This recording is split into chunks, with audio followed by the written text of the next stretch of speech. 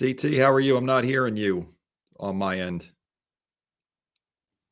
You know what? There you are. I've done, yeah. Sorry Okay. about that, guys. If you're just tuning in, welcome to the Rock and Roll Union Stringcast. We got Kevin here with Philly Rock Radio, and just another shout out to our sponsor, Rosenfeld Dental Associates, located at 1095 Inman Avenue in Edison, New Jersey. Go rock your smile with the Rock Doc. Dave Rosenfeld nominated one of the top dentists of in Jersey for 2023. Mention Rock and Roll Union or CT when booking your first appointment. You'll get a great savings that way. So, Kevin, man, thank you so much. We had so much to talk about last time. We needed another one of these. Yeah, thanks And for having me back. Yeah. great conversations we had last time. And, we've talked about it when we see each other in person. We talk about it quite often. How following this following the music in the scene is a labor of love, and you've been doing it for quite some time now.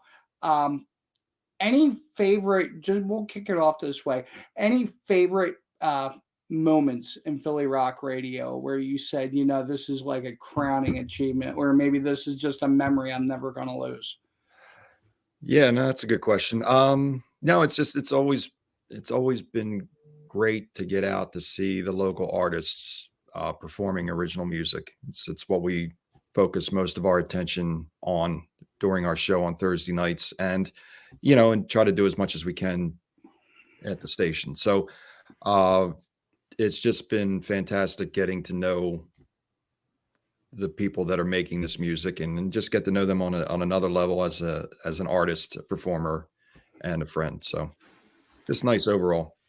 Any gripes, any complaints about the current? I mean, obviously that there's not enough venues to play, but any thoughts to the current climate as far as the scene is concerned? Have you seen it? Do you think it's getting better, or is it better than it was, say, 5 years ago?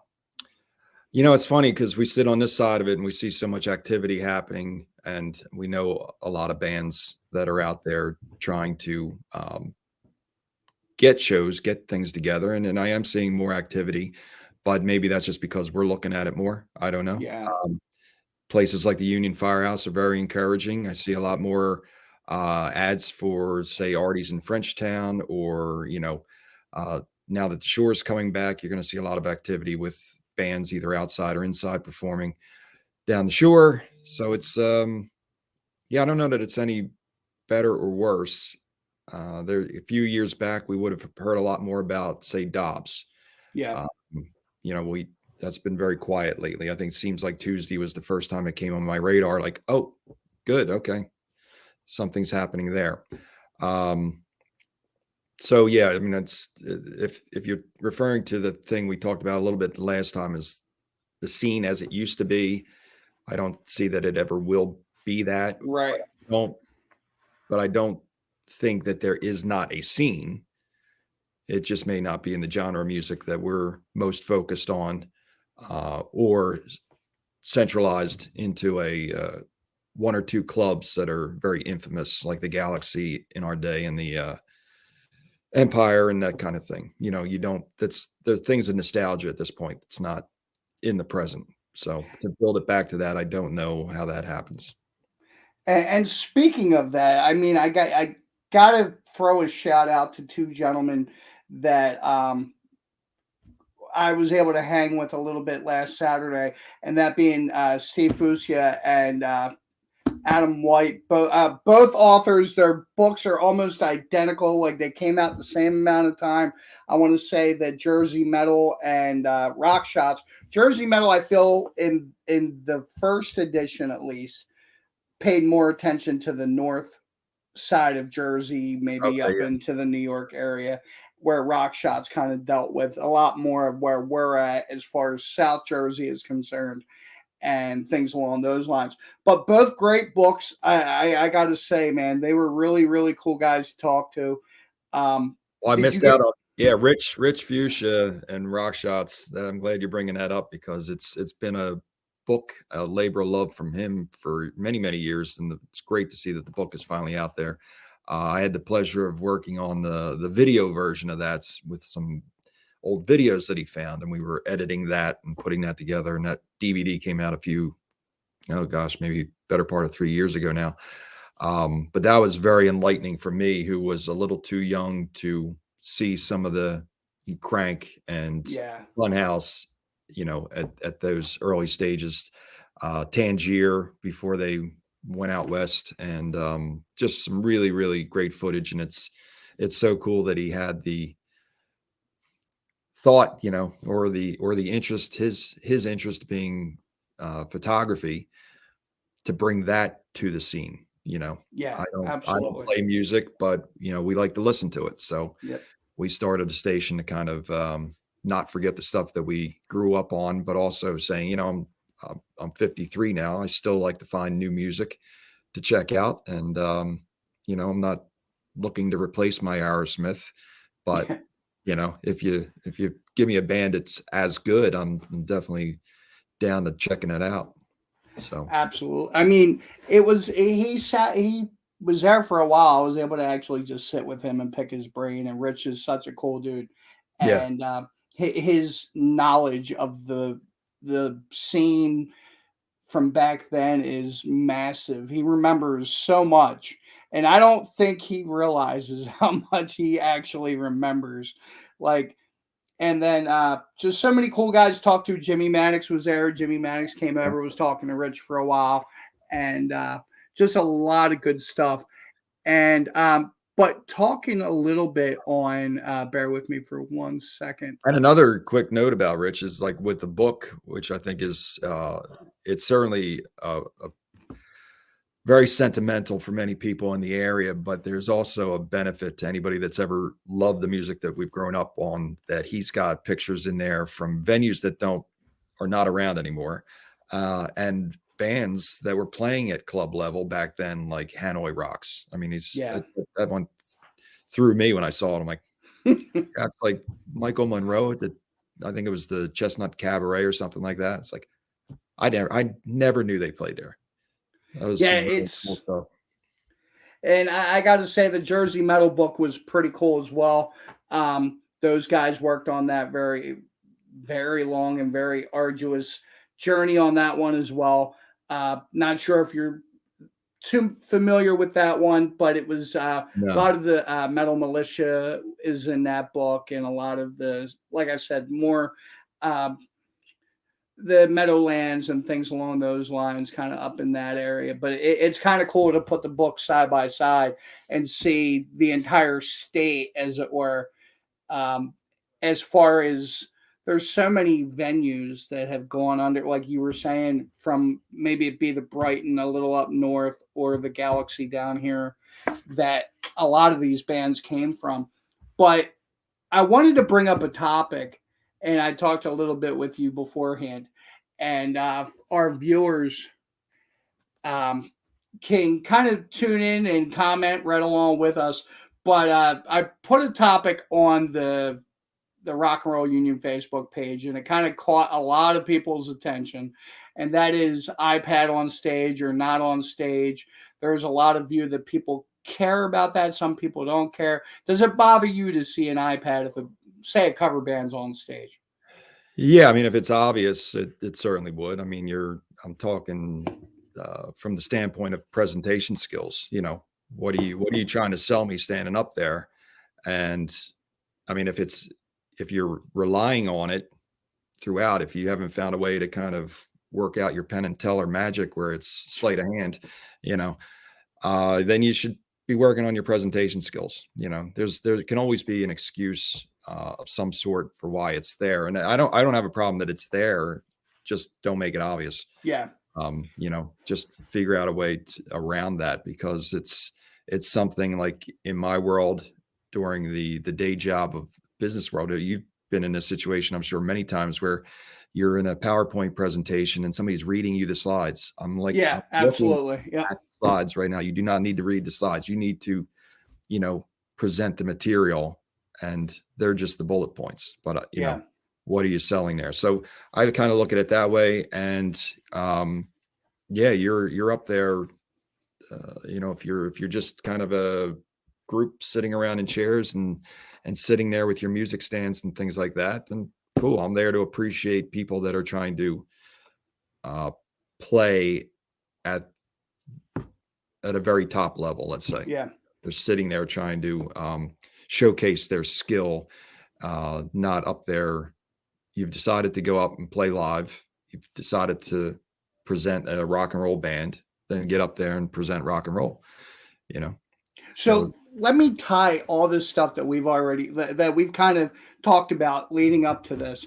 I read an article about Taylor Swift. Now I'm not a Swiftie in the likeliness at all. It's just they spoke about when she gets on stage, she gives the audience a show.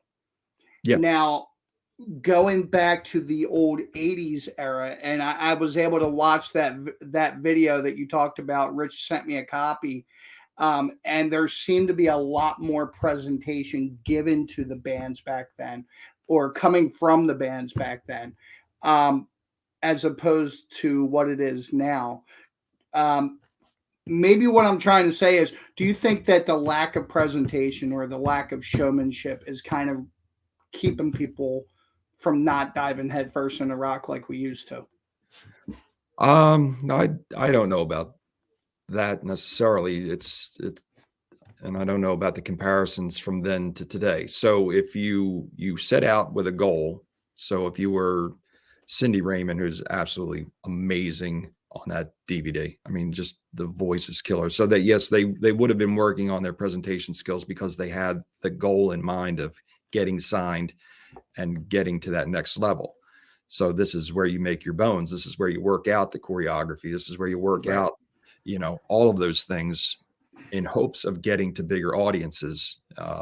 Be it they went up there, or even on the video, went up to the New York City for one of the clips, but that was the intention. They went into that with the intention of doing that. So no matter what you're doing, a podcast, a radio station, a band, a business, you've got to have a marketing plan, so to speak. What is our intention? What are we trying to take this to? Right.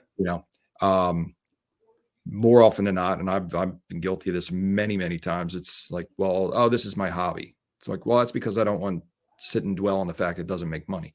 Yeah. I'm not worried about it making money, so I better call it a hobby so nobody thinks I'm nuts for spending this much time on something. But nonetheless, you do have goals for it. We're all trying to build an audience. So if a band today, let's say Cindy Raymond, who's still out there performing at a different level, at different bars in our area and things like that. The goal is maybe just to earn a paycheck. I mean, that's fair. So if that's what the intention is, that's what she's going for with the work that she does now.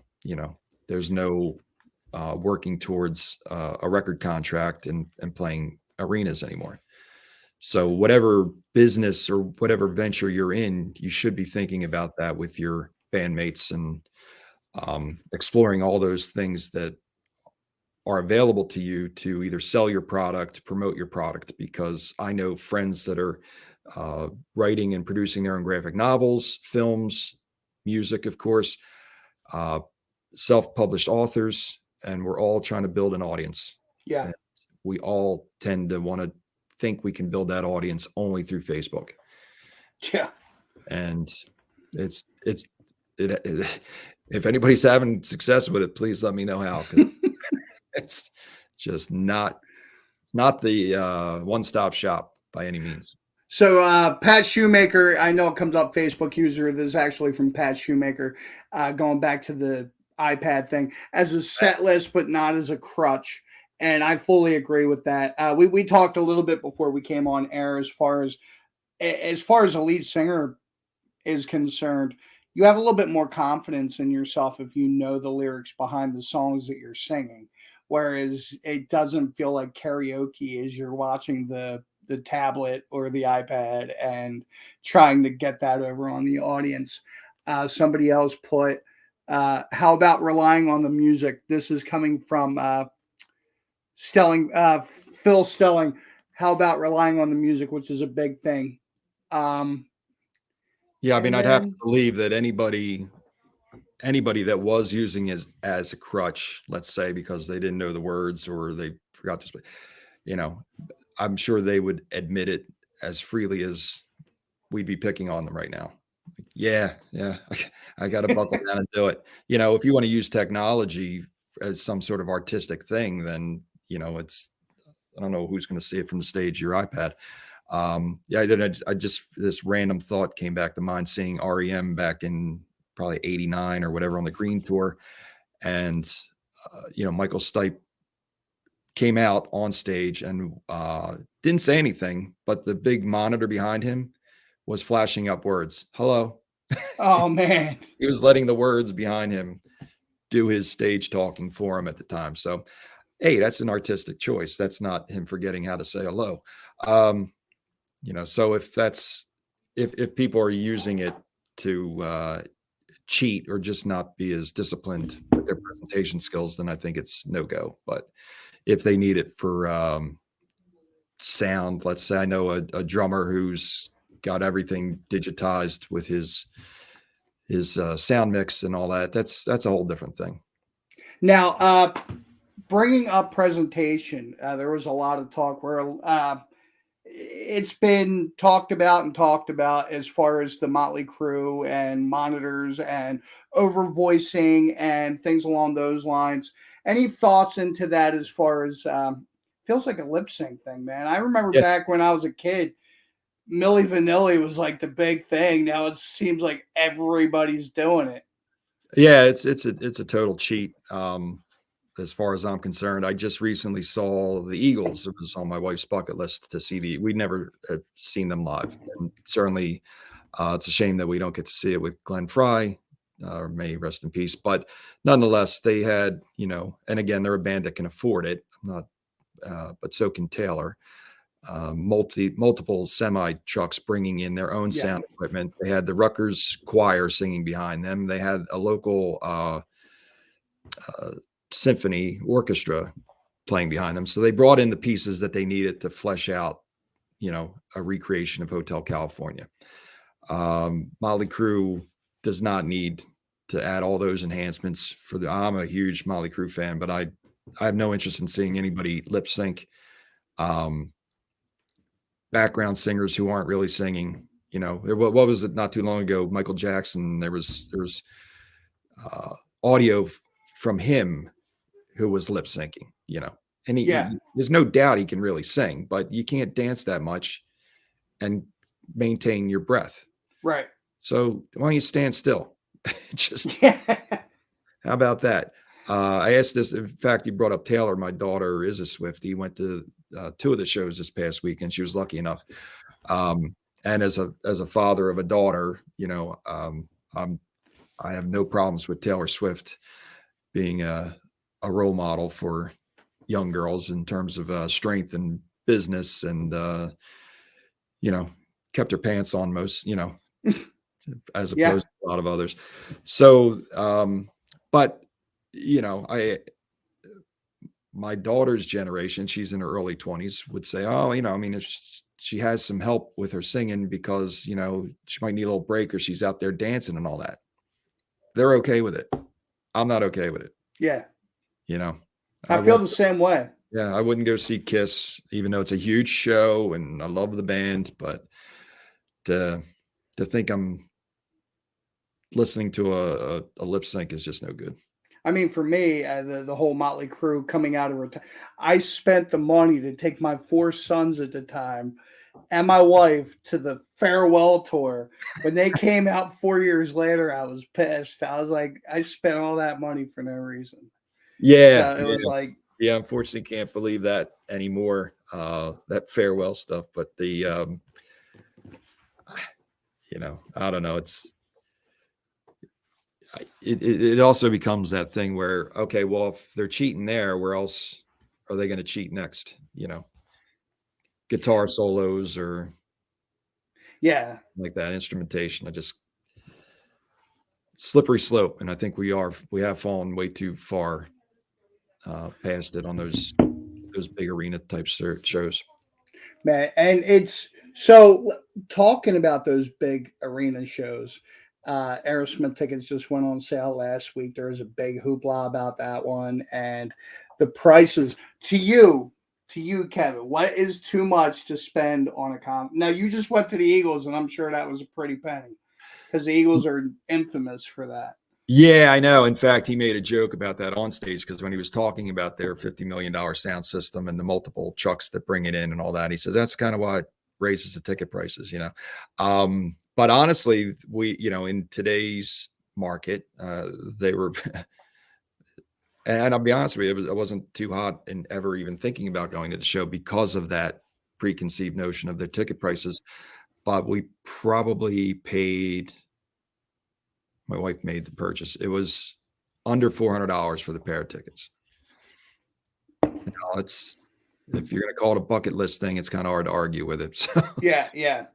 but yeah, no, I can't. I mean, I'm a huge Springsteen fan. I wouldn't even think twice about going to Broadway for that kind of money or taking out a lot to go see a concert. Just wouldn't. If it was a reasonable price, $142 or something, all in, okay.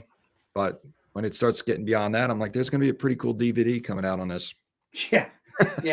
I'll get a good sound bar for that money, and last. And But I love the environment of concerts and live music. So it's a tough thing to pass up to. Yeah, the Aerosmith tickets I got probably about the same price as what you paid for the Eagles. But the thing that killed me the most, and I think what a lot of people are having a hard time with, is out of that ticket money. And I bought it through the box office, not a secondary market or anything. $52 of that was service fee. And that's something that we really need to start like doing something about. And it's not going to the bands, it's not going to anybody but the ticket people.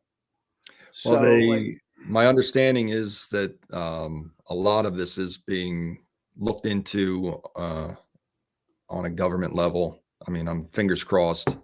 We could certainly all check with our local congressmen and senators on that matter, but there is talk of this type of price gouging and service fees, not only in concerts, but hotels and resorts and things like that. It's happening there as well. In fact, this story came out about U2 playing this new place called the Stratosphere in Las Vegas. Yep. And they're, and this isn't the only one. There's two this week that are promoting an all-in price, so let's say it's $150, but all in. That's it. Yeah. That's the price. Well, it's funny because we just came out of Live Nation's, what they called their all-in week, which was no service fees, no nothing, which I was able to pick up tickets for Rob Zombie and Alice Cooper, which I paid $25 a ticket for that, which I thought was great. But it's just, I think I was never able to fully understand how places like StubHub or SeatGeek or whatever you want to call them are able to charge that money for those tickets, but a guy standing on the outside of the show scalping them tickets is illegal. Like I never quite was able to understand that one. Well, I think I'd have to believe that the people that were the people that were not pleased with not getting the money the scalper are getting the money that the StubHubs are, Man, and then we got a couple comments here. This is Chris Tisdale. I saw the Who, Santana, the Clash, and the Hooters at JFK all for $8. Goodbye. Yeah, I mean back then. I mean, it feels like honestly, you can make $8 for that concert ticket stub. Yeah, you could at least double your money on that ticket stub, I think. Now I feel like, and correct me if you see it differently, but I see it that this thing with the surcharges or the fees, they were always there, but it seemed like it didn't get to be an issue or a problem until fairly recently. I mean, that's when I started noticing, and I'd say within the past 10 years is when I started noticing this giant upbringing of service fee. I mean, when I went and saw Guns N' Roses 2016 when they finally came back, I think I paid. I was pissed. It was like $24 a ticket for service fee, Yeah, and yeah. that was the first time I noticed that. And this is Okay. like 6 years ago. I don't remember it being the issue that it was, say, 10, 15 years ago. Do you see this being something new? I kind of have those mystery years, when the kids were little and I was working a lot, so there wasn't a lot of social activity for me when the kids were young. But now I'm remembering even further back, there was more direct access to tickets because Yeah. you could actually go to the Spectrum to buy the tickets. If you had to go to what was it back then? It wasn't Ticketmaster, but it was you could go to the Deptford Mall and buy Yes. in the back. You could stand out in Doug Collins Sneaks and Seats here in Voorhees overnight, and And there was such a good, great community about that. Hanging yeah, out overnight with the rest of the fan base, just hanging, partying, sure. and So you may pay a little bit more for that because there's middle businesses in between the venue and the concert goers. So, but yeah, that's what I mean. It's gotten to the point where Congress needs to look into this to kind of make a little bit more transparent what these fees actually are, because there's nobody that even has to walk over to a fax anymore. You just push a button. yeah, right, Yeah. right. And then looking at some of these.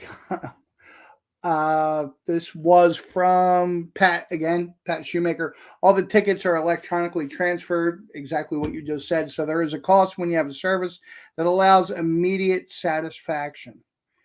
And I think that's part of it.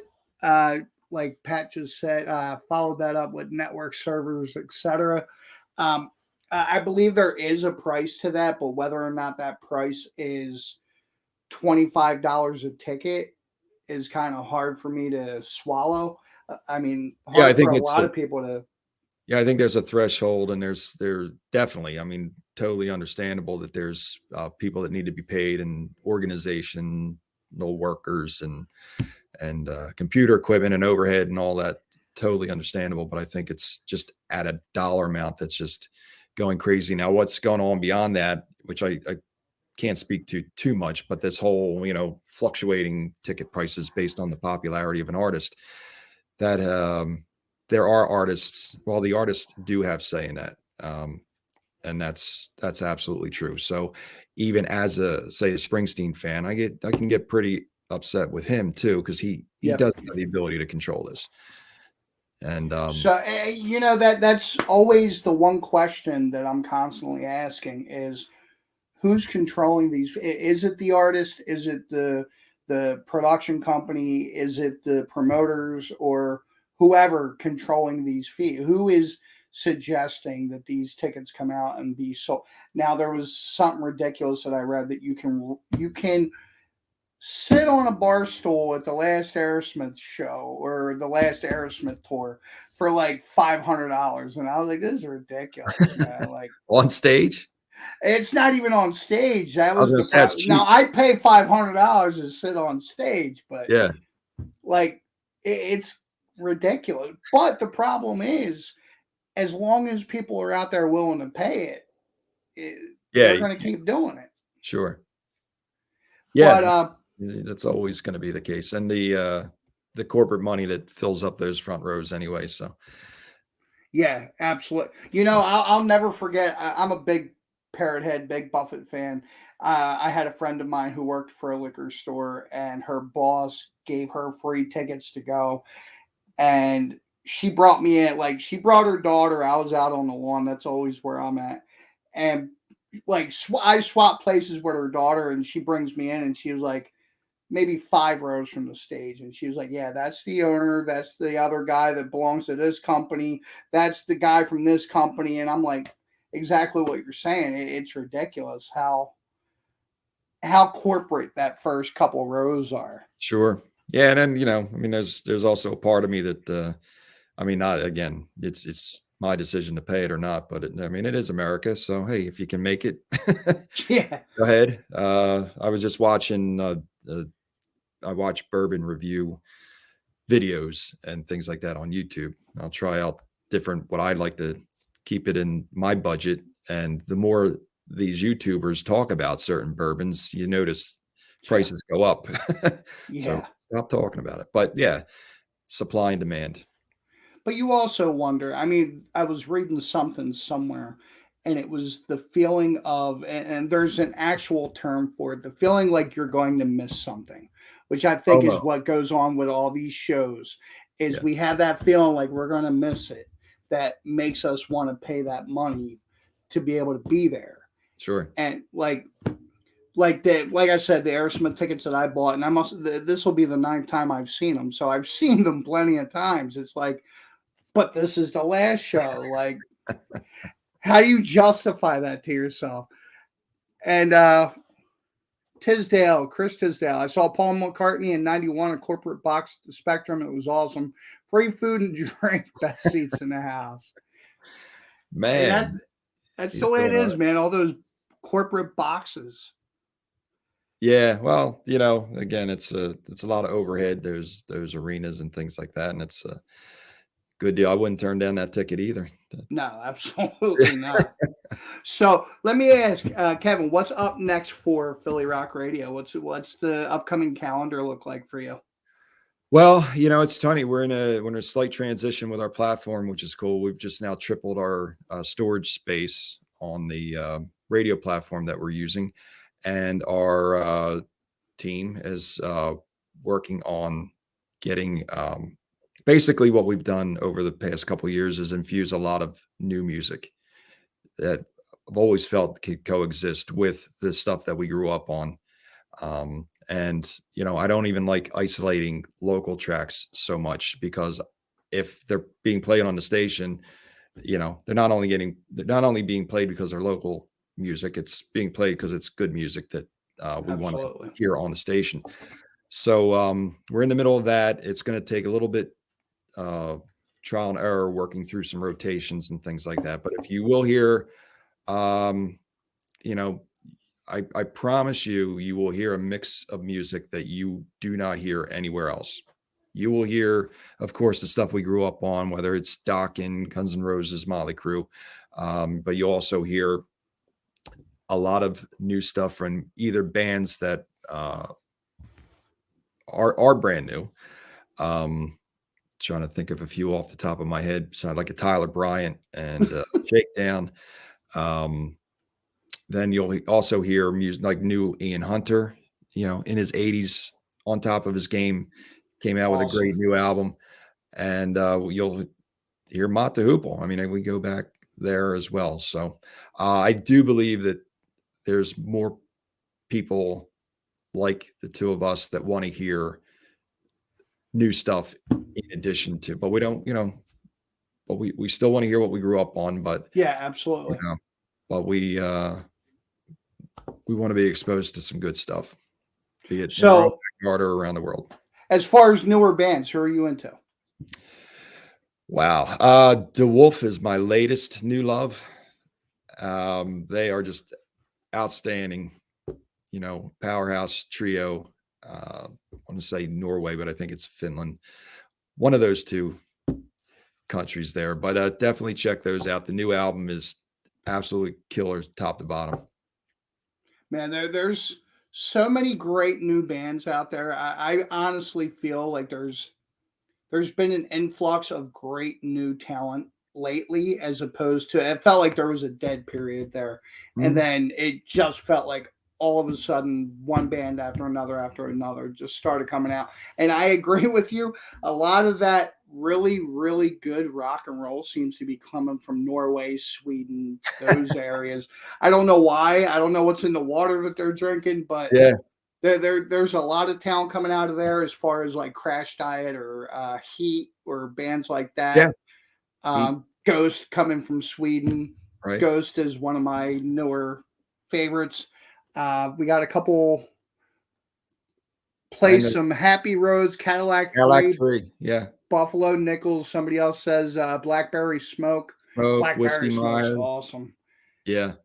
But yeah, there's a lot of great talent out there right now. John Allen, I mean, Child's Play was just playing in M3, and then you still got John Allen out there making some great music with his new band, Stone Horses. down there.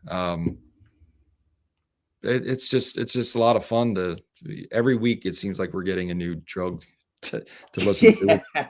which is why we do a weekly radio show on Thursday nights from 7 to 9 to kind of get our fix. Now, in the middle of that 2 hours, you ever feel like, damn, there's not enough time? Like, I want to add another song. Like, you ever Oh, get those moments? we have them a lot because we tend to talk too much, so we can kind of extend it beyond the 2 hours. We have like this little window of 9 to 10 before Ron Keel's show starts that we can kind of bleed over if we need to. So yeah, I mean, it's just so many great things. I'm thinking of again, I mentioned Hanoi Rocks just earlier in Rich Fuchsia's book, but Michael Monroe is just it isn't there's nothing bad he comes out with.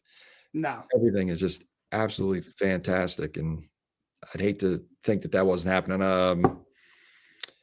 Artist that I've appreciated over the past couple of years was Mike Tramp, who just came out with a Yeah. redoing of the White Lion music, which is all that anybody seems to want to hear from him. But I loved what he was doing on his solo stuff. I love that kind of vibe, and I like when an artist evolves that way too. So Yeah, I'm hoping that we can get like it feels like it doesn't get the attention that it so rightly deserves here. I've heard elsewhere in the world that they're doing a lot better as far as supporting the live arts or supporting rock and roll, as opposed to here where we feels like almost that we're a niche community almost sometimes. we are, yeah. I think that happens. That's I think I always go back to my father-in-law, who's huge into his doo-wop and street corner music and stuff like that. He's his own niche now, I guess, too. Yeah. Just uh, kind of the cycle of things.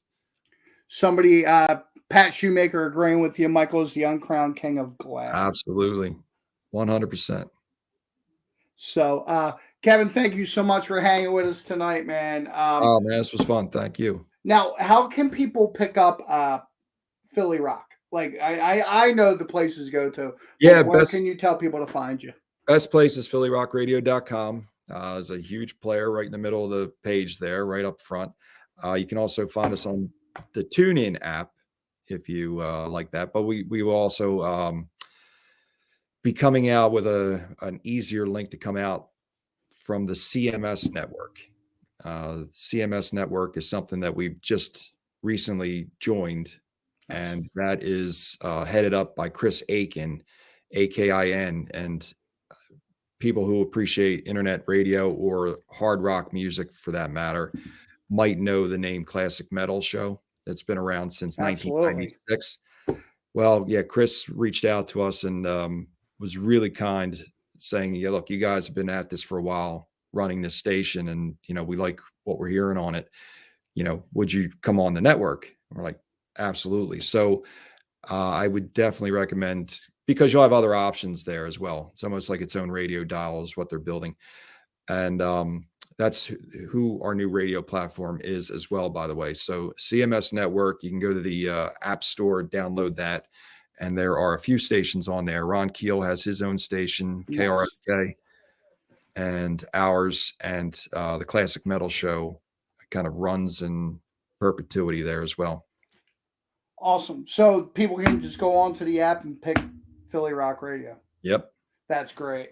Yeah, I've been with you guys for a long time, and I remember having to look for it. But yeah, that's fantastic, dude. Everything's becoming easier thanks to these new cars. And hey, I'm not going to ever badmouth an iPad, because whatever gets to that play button faster, I'm all for it. So yeah, I hear you. Yeah. So Kevin, thank you so much, brother. Thank you for hanging with us tonight. My pleasure. Thank you. Have a great rest of your evening. You too. Take care. Thanks, brother. See ya. All right, guys, that was Kevin McElroy, founder and owner of Philly Rock Radio, man. He's been doing it for a long time, and really, really glad to connect with him. We seem to have a lot of the same kind of thoughts and concerns and ideas about the local scene. and make sure you check him out. Philly Rock Radio. And like I said, you plug that in, you're not going to need MMR, YSP, or YSP. What age am I in? MMR or any of the satellite radio. You know, I've been listening to satellite for a while now, and it feels like satellite is just more of the same thing from commercial radio. Maybe that's just me. But guys, my next guests, I am very, very happy to bring them on. They are and have been for a while, a long while. They are the official street band of the Rock and Roll Union. Please welcome Bill Bonder and Jim Deputy as Shayds of Gray. Guys, welcome. Thank you so much for being here. How you doing, CT? Hey, how you been? Good, man. How's life, guys? How's everything going? Things have been great, man. We've been, I think this has been our busiest year, man. Things have just been really going great with the band. Fantastic. Yeah, we definitely wanted to bring you guys in early on the undercover segment and just talk about, and you know, there's things that we talked about with Kevin as far as bands are concerned and things that what a good cover band should do, what a good cover band shouldn't do. We brought up the topic of the iPad. How do you guys feel about using an iPad on stage? I mean, I use my iPad. Like we have an in-ear monitoring system. I use it mainly for just my monitor mix, but thank goodness I'm not the lead singer. I don't have to worry about that too much, so I don't have to have all the lyrics in front of me. But I think Bill can vouch for us too. You get a little older, you start to your memory starts to fade.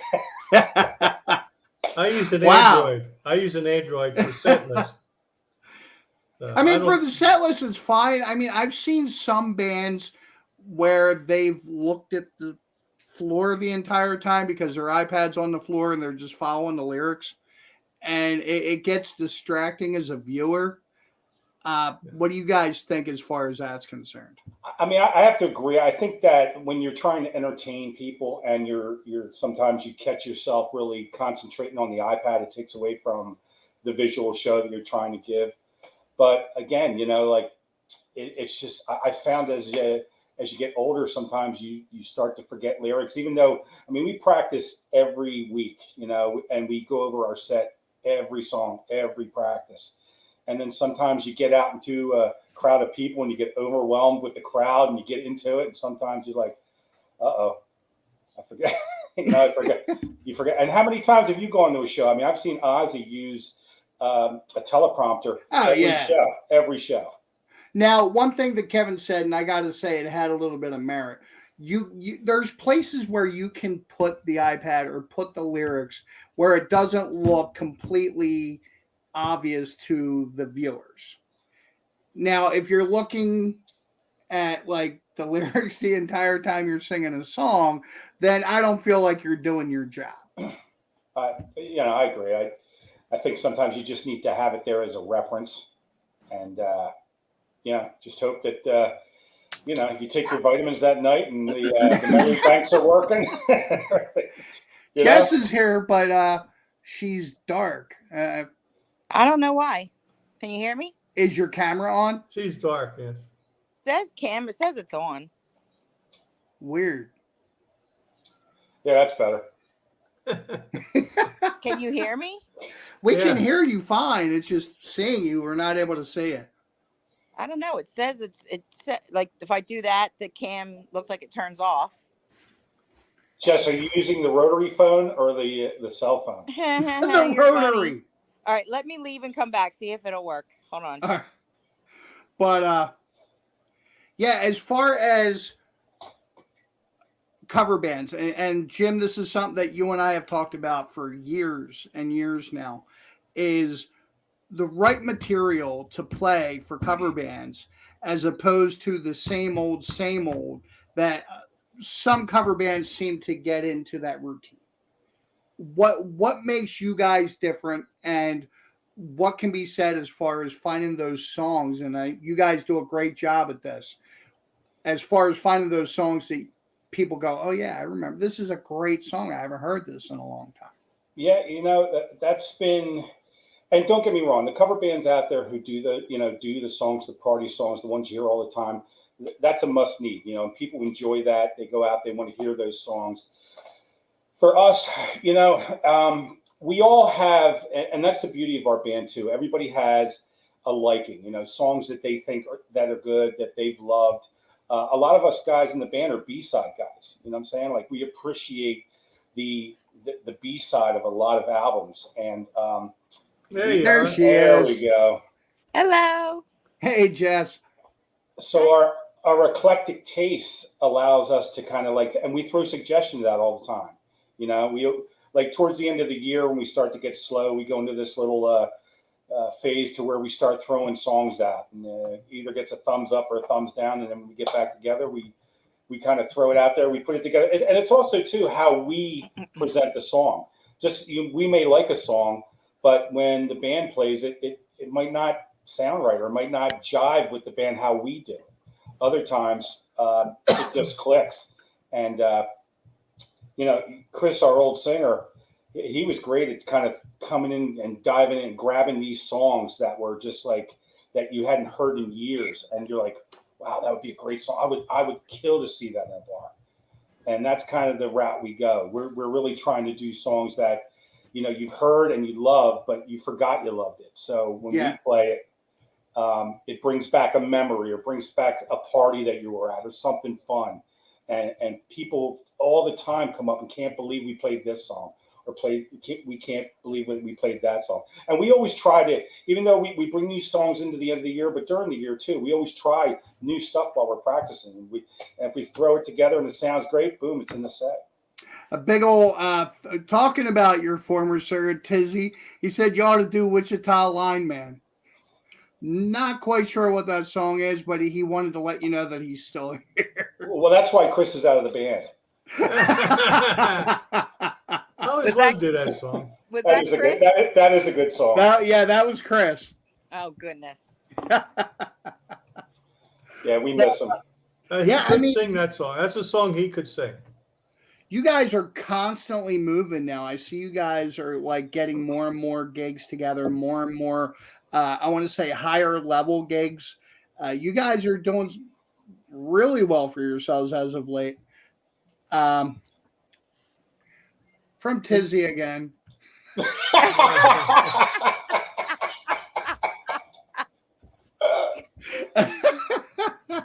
But CT, is there a way you can like get him, like just check him and just toss him. Just toss him. Just But as far as the new gigs and everything is concerned, what has been your, let's say, your primary mode of doing things now, as far as what they were before? Like, what's getting you guys into these higher tier gigs and doing more gigs? Bill is responsible. And I have to agree, Bill is responsible. Like, I'm turning into a good booking for you, agent. Bill. so I'm a salesman by trade, so I've kind of been telling Bill, like, he has to kind of like get 10 no's before you get one yes. And he had a hard time dealing with that. Like, one guy tells him no, he shuts down, and I don't hear from him for a day or two. And I'm like, what's the matter? He's like, oh, I'm depressed. That guy's not returning my phone. Nobody ever returns your calls. I say, why does this remind me of Tommy Boy, where he's like, we're not going to take no for an answer. No. Okay. Salesmanship 101, man. You got to keep pounding them, and eventually they're going to be like, they're either going to tell you stop calling me, or they're going to give you a chance. Yeah. When I hit Steve Weiss up at the Bore like every week. Steve's good dude, yeah. And then when I finally sent him some comical thing, I said, what the hell, yeah? He says, okay, you win. Books us July 4th. We've been down there twice. Big secret with Steve. He's a pothead. He's got a big sense of humor. Yeah. You can get him to laugh. He's like your best friend. CT, you know what Bill's doing too? He's doing it the old-fashioned way. He is actually putting together a press package and mailing it to them. That's awesome. So I've talked to younger bands about the big part of having an EPK, which now is called an electronic press kit. And it's the same thing as the old days. It's just repackaged. It's a website on a piece of paper is what it is. Exactly what it is. Right, but I don't know about you. I mean, if I got that package in the mail, I'm going to open it up and see what's in it and take the time. If somebody actually took the time to send me something, I'd actually take the time to open it and look into it and read it. How many of us are excited to get our Amazon packages in the mail? Oh, yeah. Open it up, see what it is, and like use it right away. Like I had a gig. I had a producer that wanted to do a gig down here, a big wine festival, and I sent a letter, and they saw the return address had West Effort, and she goes, "Well, that's where I'm having the thing. Let me try this band." So they hit us up. And we got the IRS number, we got the insurance, we got everything, so they don't have to go anywhere. You know, we've come a long way with our stage show and our setup too. I mean, in the past we've relied on sound people to do our show and things like that. Now we've got everything we need. You know what I'm saying? We can show up. We've got our sound. We've got a great sound guy who just uses our equipment. Comes. He's like part of the band. You know, he likes us. That's awesome. And that's special, you know what I'm saying? Like we truly have a good group of people, and the people who like coming to see us, they're great too, man. They've been pretty persistent, and you couldn't ask for anything more. And the better gigs are just, I think that, like I said, we practice more than we play. So when we go out and play, we're ready to go. We're pretty tight, and I think the show presents that, and people have a good time, man. Well, there's about 2 million bands in South Jersey, and there's only 3 clubs, to play in, and it's just not enough. It's not enough. So and, I'm laughing because Tizzy pops this up. Oh, right. Of course, I speak. She sings. She don't speak. Oh, really? We hired her to sing for us. Now, the one thing that I got to say that you guys have worked on as long as I've known you, and I got to say is very tight right now, is the harmonies. You guys do work on vocal harmonies, and it is really evident on the song choice and selection that you guys make. Is going into a song, is harmonies something that you look for right away? Jess? You're the singer. Honestly, the guys come up with some songs. I listen to them and I go, I think I can do that. And I'm still fairly new at this. But I've been singing my whole life, harmonizing with my parents. So it kind of comes natural to me. All I really need to do is hear the song a few times, hear how, it used to be Chris, now it's Mel is singing it. And I kind of naturally just, go where it needs to be gone. And then sometimes the guys will say to me, hey, can you go a little lower? Can you go a little higher? And I think everybody in a band has their specialties. Jim rocks out our the leads, and Bill keeps our bass line going, and Josh does his thing, and Bill Gettner does his thing. And I think all the different talent in there makes it what it is, as well as everything else. So I just think that we have this really great group, and everybody has these really great talents, and it just came together. Gotcha. And I was very wet behind the ears, so to speak, when I joined Zog, and I've learned so much. And I'm out there, we were talking about the packets and things like that, or earlier.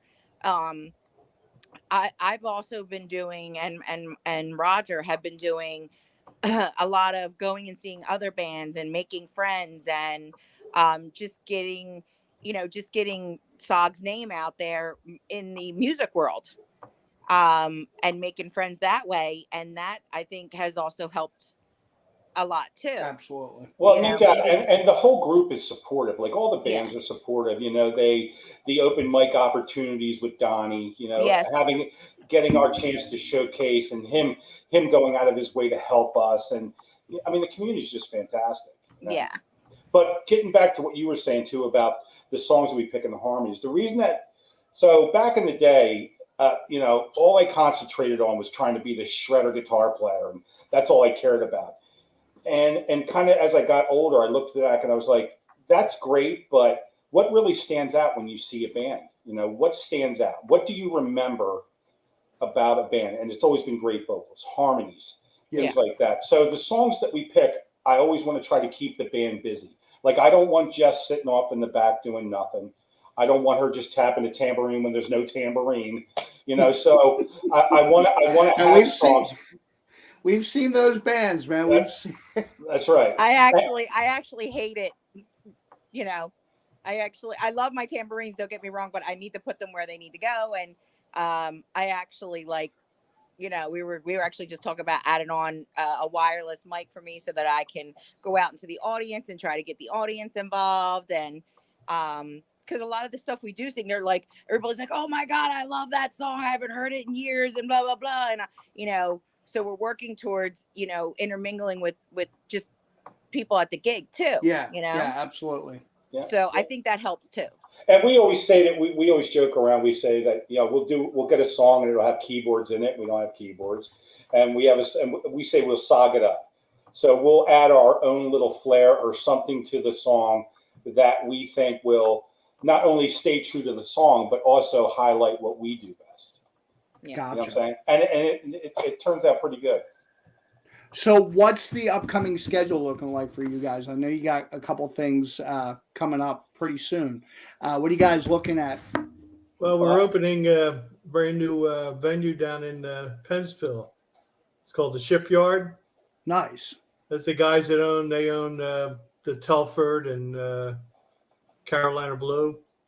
And he leveled the Riverview Inn. You know, it used to be down by the river. Yeah. They leveled that and built this new venue there. And there's a band outside on the stage, and everything opens up to the river, the whole bar. Right next to the park you're talking about. Yeah, right on the corner. It kind of reminds me like Sweetwater Casino. Yeah. You know, it's really funny because I just took my son to that park yesterday, and I saw Shipyard in the sign. Yeah, and I that's was it. like, yeah, that's really cool because that's very local for me. I'm excited. When is that date? Do you guys have a date for that? That's on the 26th, 5 to 8. Nice. Now, that one, I sent him a letter too, and he actually got back to me, the owner. And then I Nice. went down and met him in person. He's a hell of a nice guy, and it's like we gave him everything he wanted. And it was, booked us right in there. So we got Core 3 Brewery. On Core 3 the- Brewery's the next day in Clayton. Right, on the 27th. Nice. That's a And little then- teeny place, but we did that for fun. It's not Yeah. a big paying gig, but Right. you And know. and then of course we are going to be playing at the local Trio Tavern on the 24th of June too. Everybody's been there but Nice. us. Everybody's so. been there but us. So it'll be our, Now you got your turn. we did. That's right. Yeah.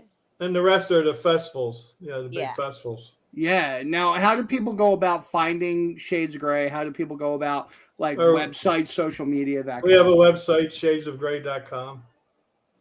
We also have a Everything's on there. Facebook And remember, page. it's SHAYDS, not not the book. Yeah. We're not like that. Yeah. No, I was touching on what you said earlier, CT, about these bands. I went and saw a band that not in person, but I was listening to a video of them playing at one of the local bars, and there's 3 of them, and yet they're doing Chicago. There was horns, there was keyboards, bass, and they didn't even have a bass, and that just got me so unnerved. I had to call Jim up because I get upset. God. I hate bands that are playing karaoke. Yes. I mean, what they did, they were singing and all that very well, but they didn't have a live band. I want to see a live bass player and the drummer. Yeah.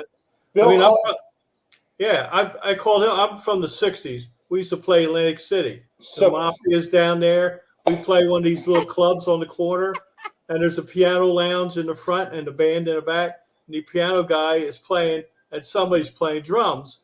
And the union guy comes in for his little take for the week.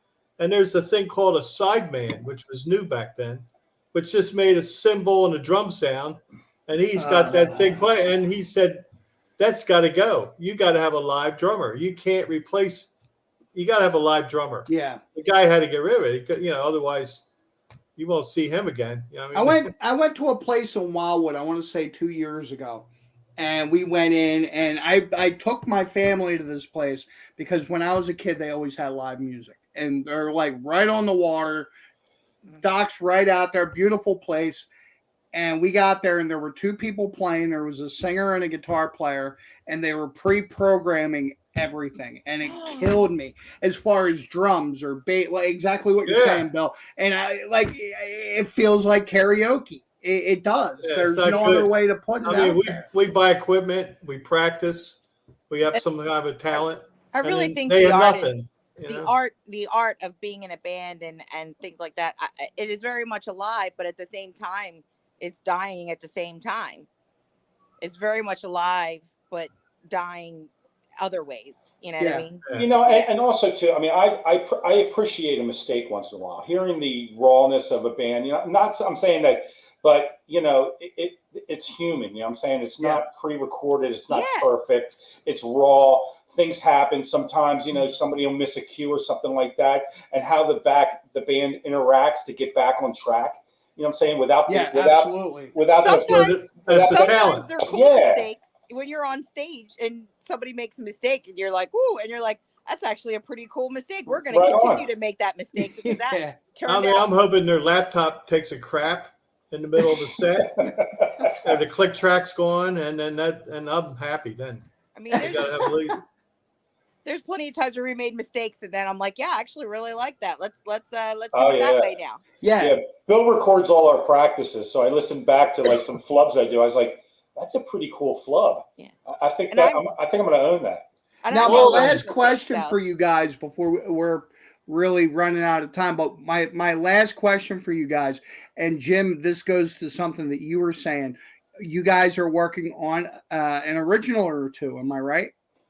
We're kind of like dabbling. We've thrown some stuff together and we're trying. That's fine, man. Yeah. You know, like I said, I heard you throw out Blackberry Smoke.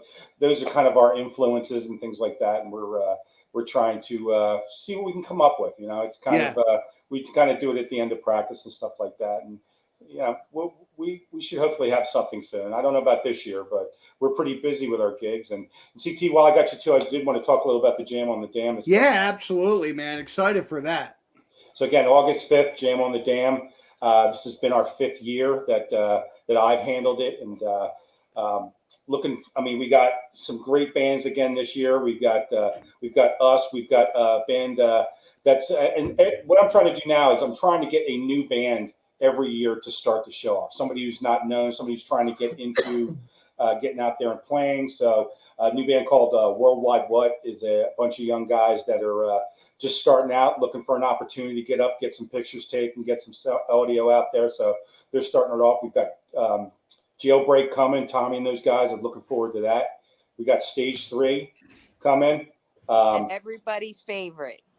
Yeah, Shayds of Gray and Granny's Revolver. Granny's Revolver, man.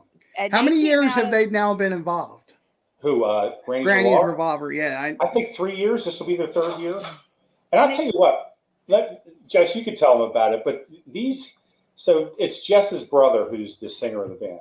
Okay, I didn't realize that. So they had a band. Well, you tell the story, Jess. Yeah, I mean the boys have always had they've always done music.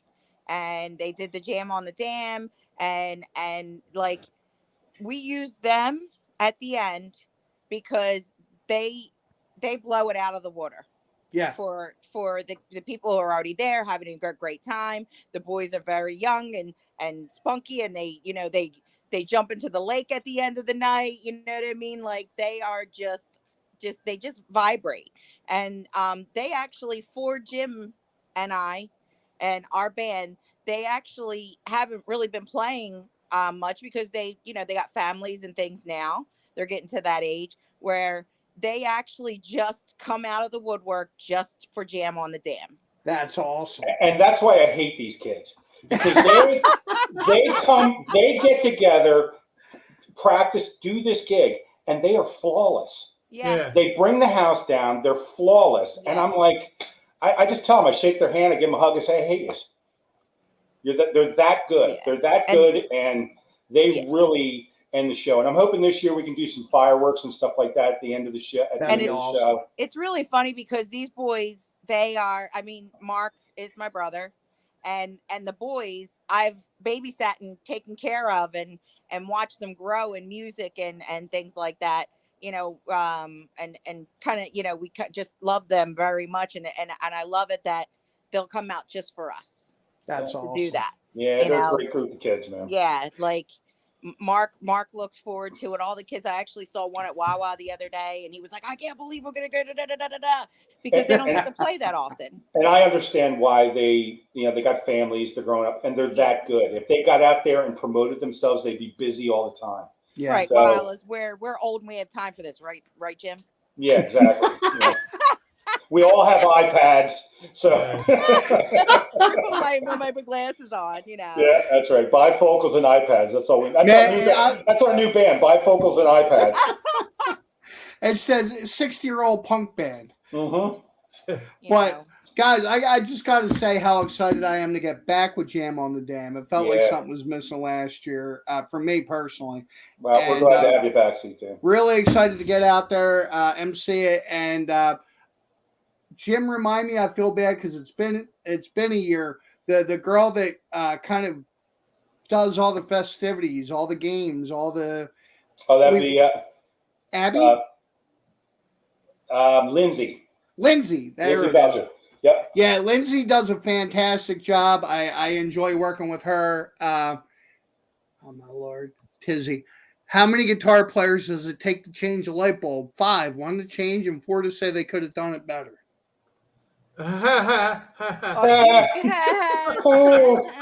He don't quit your day job. Oh, he did. Oh, he did. Oh man. Goodness gracious. Shots fired. He But loves it. He But loves that's to the get thing. beat That's like the that. way this band is. We can shoot. We can do that to each other, and we're still family. Yeah, we've been together for 5 years and probably going on 6, I think. And that's the beauty of this is that, we kind of break each other's stones and yeah, okay. Thank you. Yeah. What does that say? Backed it out again. The beepity beepity. But we have a great time together, and that's why we're great friends and family, and we sound good together, man. It's special. Yeah, absolutely, man. Really, really excited for that. So, guys, make sure you check out Shades of Gray. Guys, thank you so much for being with me tonight.